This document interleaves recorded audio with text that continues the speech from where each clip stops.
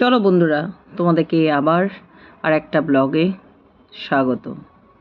আজকে সেদিনকে গেছিলাম, অনেকেরই পরিচিত, আবার অনেকেই জানে না। এই যে প্রথমে হাতটা ধুয়ে নিলাম, কারণ খাওয়ার আগে হাত ধুয়ে নেওয়া এটা একটা হাইজেনিক এবং সেটা শরীরের জন্য খুব ভালো হয়। তো তখনও দেখলাম সেভাবে ভর্তি হয়নি, জায়গাটা আমি পরে বলছি। তো এদিক ওদিক ঘোরাঘুরি করে একটা জায়গা মোটামুটি এই যে বসলাম।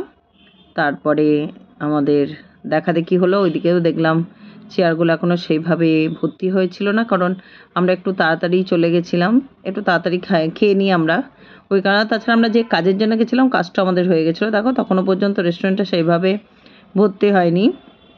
তো তোমাদেরকে সব বলছি, কোথায় গেছি, কি করেছি, আর তার সাথে আমরা কি অর্ডার করেছিলাম। এই যে মেনু কার্ড অলরেডি আমাদের হাতে চলে এসছে, তো পরে পরে বলবো কি অর্ডার করেছিলাম। খুব বেশি খাবার আমরা অর্ডার করিনি। হ্যাঁ, আমরা গেছিলাম দাদা বৌদি ব্যারাকপুর।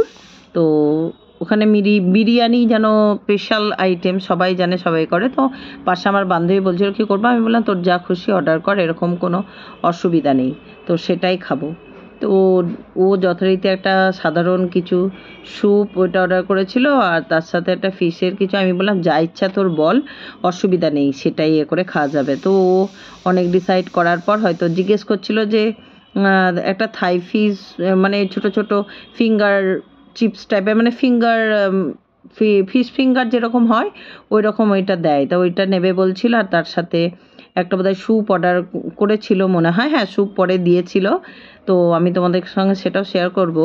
তো এখন অলরেডি ডিসাইডের পর্ব চলছিল, সেই ফাঁকে আমি ভিডিও শ্যুটিং করছিলাম অনেকক্ষণ ধরে, এধার ওধার দেখছিলাম। যে তখন অন্য দিন এই রেস্টুরেন্টটা প্রচুর ভিড় থাকে, কিন্তু আমরা সেদিনকে অনেক তাড়াতাড়ি চলে গেছিলাম, তাই ওই কারণের জন্য দেখলাম অনেকটাই ফাঁকা। এই যে দেখো আমাদের কাছে চলে এসেছিল স্যুপ, আর এই যে মরিচাও স্যুপ অর্ডার করা হয়েছিল, যথেষ্ট টেস্টি ছিল। এবং প্রায় ভাবলাম যে এটার সাথে ওরা দুটো জলের বোতলও দিয়েছিল, এটা ওর সঙ্গেই দেয়। তো আমরা অলরেডি খাওয়া শুরু করলাম, ওটাকে সাইড করে দেখে ও দেখলাম বেশি হয়ে